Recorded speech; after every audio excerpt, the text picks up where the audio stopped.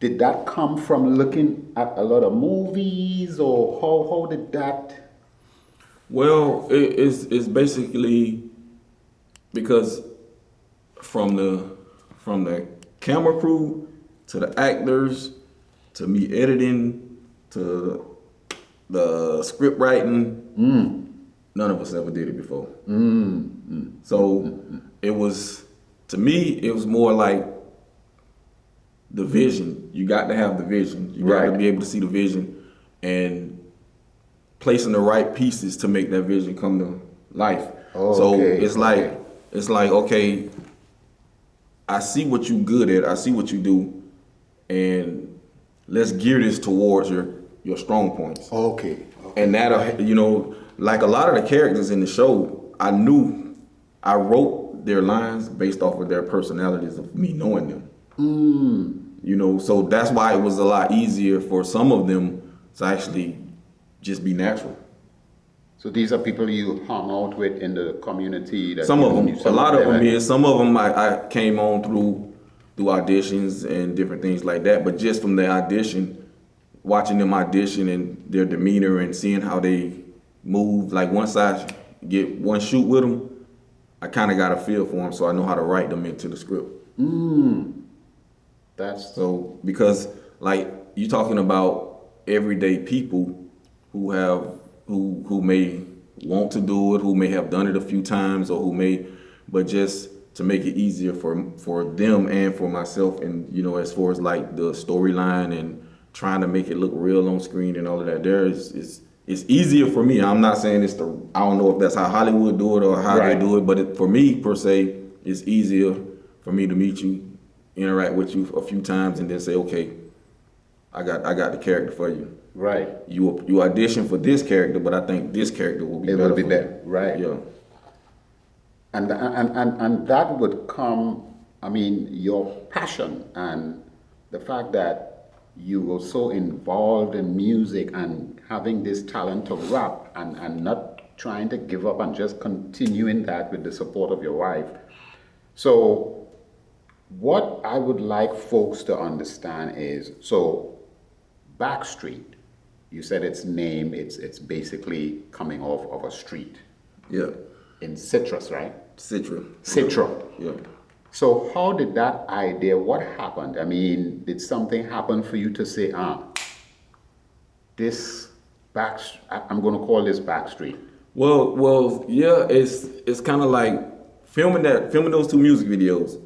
A cousin of mine who was still in Citra, I got him to do one of the extras in the video, and he did, he do music too, right? But he still, do street music, right? So it was like I remember like back when we was younger, I used to rap with a group called Murder One. Okay. And back in Citra, he used to come up to me all the time, man, when you gonna let me rap with y'all? When you gonna let me rap with y'all? When you gonna let me do this? Right. You know what I'm saying? So I was like, you know what? I'm gonna give you a shot.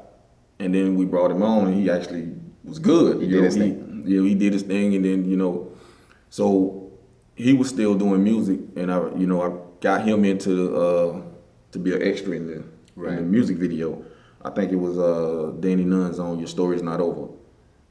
He was the extra, the guy that was standing on the corner. Right. And he ended up shooting the innocent bystander. Okay. And so he was like, when you gonna shoot? I need you to shoot a music video for me or whatever. And I was like, nah, I got something better. I'm working on trying to do a film. And he was like, man, I'm in. Just let me know. Let me know what you need me to do. I'm in.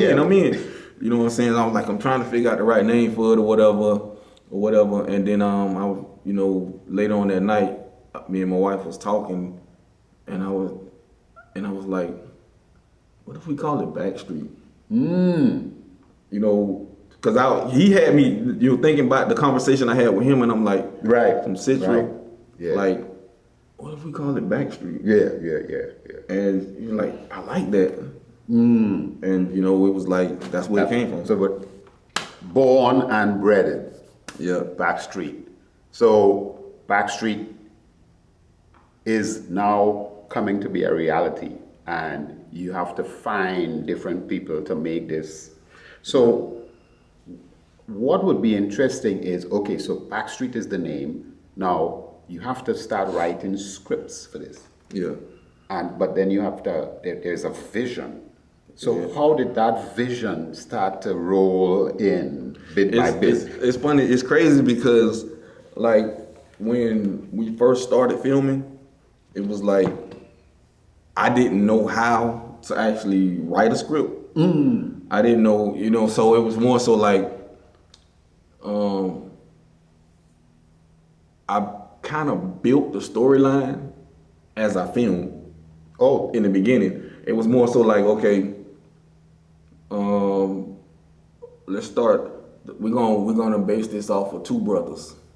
I'm gonna be Q, and then the one I was telling you about, you're gonna be my younger brother Casey. okay.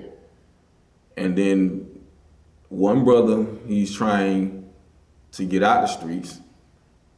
The other brother, he loves the streets. He trying to stay. He's trying to stay there, and he don't want you to get out. So where did this story start? Okay, let's start it at the bus station with him picking you up from the bus after you just got out of jail, out of prison. Right. Let's shoot that scene, see how it come out. So we shot that scene. Okay, I like this. This came out pretty good. So the next scene, he tells you at the bus station, okay, he's gonna tell you, okay, man, I'm out the game, blah, blah, blah. You say no, whatever, y'all. All right, so the next scene is you go to his old connect because you think he's out the scene, so you go to his old connect, Chino, Right. whole partner, and then Chino don't want him out the game either, so Chino front you some stuff knowing you ain't gonna pay him back. So boom, we go from there, and then that's how we just built the story, and it just built from there, and then it actually, after we got enough content, I was able to write. Yeah. So you I could just- kind of see things. I started seeing the story, and I'm like, okay, let me write this, let me write this, let me write this, let me write this, let me write this. All right, here you go, here you go, here you go. That's And then it just grew from there. But it started from the seed of just stepping out there and saying, I ain't got nothing, yeah. but we gonna film something. Yeah. Let's start. Let's start. Yeah. That's a blessing, man. That's a wonderful story. Yeah, you got to start. You got to start. Yeah. In order for, even if you don't have the vision at first, yeah. you just know it's pulling you strong, and you just know, okay, I need to do this. Just start. Yeah. And work out the details later. Just start, and then it'll start. It'll start coming to you. So you are scripting as you're going on, learning on the job, Yeah. checking out stuff. Are you getting other people to come in and look at what you film to say, well, okay, based on their experience, maybe you could try this and that, and Well, at the time, I didn't have no other people, so it was more so us. Right. Hey, when I watch this, how does this look to you? Like the actors. Okay. So it was more so us. Yes. And then, I will say, well, I didn't want to jump ahead, but Right. yeah, it was basically us at first, once we got those first three, and then, I was like, man, this is a lot of work. We need some help.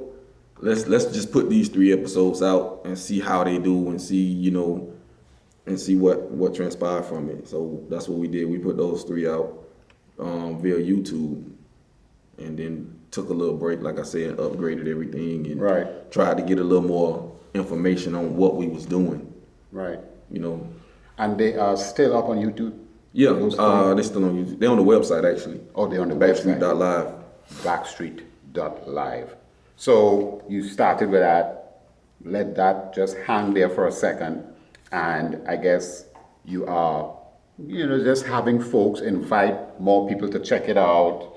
What kind of feedback is coming in? A lot of the feedback we got was real good actually. I was surprised. I thought it was gonna be more like, oh, it looked bootleg. Yeah. Which that came, but eventually. But a lot of the feedback that we got was,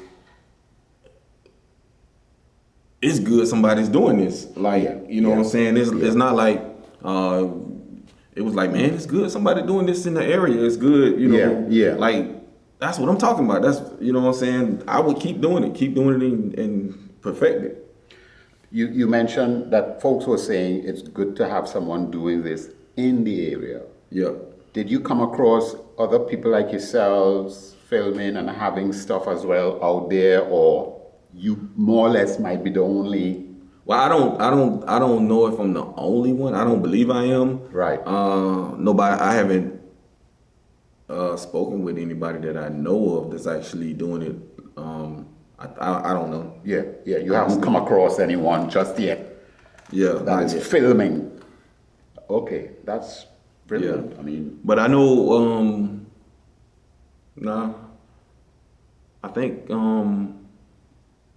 Alex did it a while back. I don't know if you know Alex Moy. no. I remember he did a.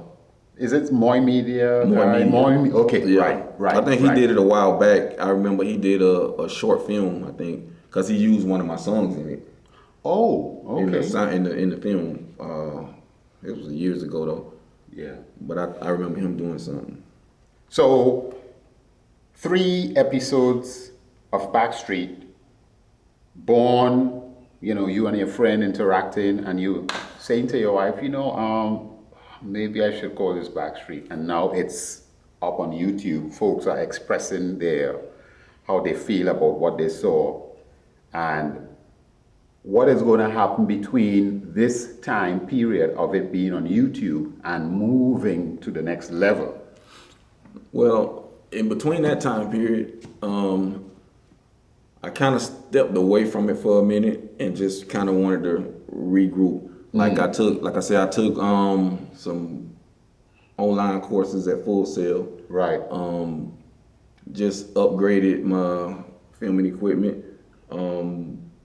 One of my partners, one of my homeboys, he was a former artist that was part of the label with me back with Empower Records. He was in Orlando. Right. And he called me. He was like, we got this film festival in Orlando. You should come check it out. I can put you on the list or whatever. So, right. And this was back when I had reached out to the local cinema photographers. Right. So he had called me, and then I called Chris, and because my wife, she couldn't go at the time. I called Chris. I was like, hey, I'm going to this film festival in Orlando. You want to roll? And he was like, yeah. So me and him went down there. We met my homeboy. His name Melvin Cotton. Right. The third. We met him up there in Orlando and just enjoyed the film festival. And I was like, you know what? I think it's time we gonna bring this. We gonna get this thing rolling again. Okay. So at the film festival, I can't remember the guy's name, but he had a table, and he had these cameras set up on the table.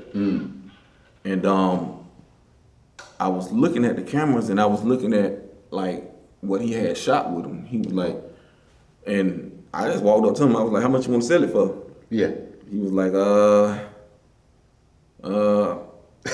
I'll let you know. Get my number, I'll let you know. So I got his number, and then I think even before I left, when I went back, before it was over, I walked back by the table. He was like, "I sell it to you for this amount." Right. And I was like, "Okay, I want it." So I went. I don't know if I got it then or if I went home and came back. Right. I think I came back the next day. And got it. Okay. And then it was the Ursa Blackmagic cinema camera. Oh. And the 4.6K. And then I brought that one. And I ain't know nothing about the camera. Yeah. So I bought it, and then I just liked the quality that I saw on the screen, and I did some research on it, and then I got that one. And then he called me like a week later and said, "Hey, I got another one if you want it." And I said, "I want it." I went back and got the second one. Okay. And then I was researching and I seen that they got a smaller version of it for like moving. So it was called a Pocket. Right. The Blackmagic Pocket 4K or the 6K. So I ended up getting one of those.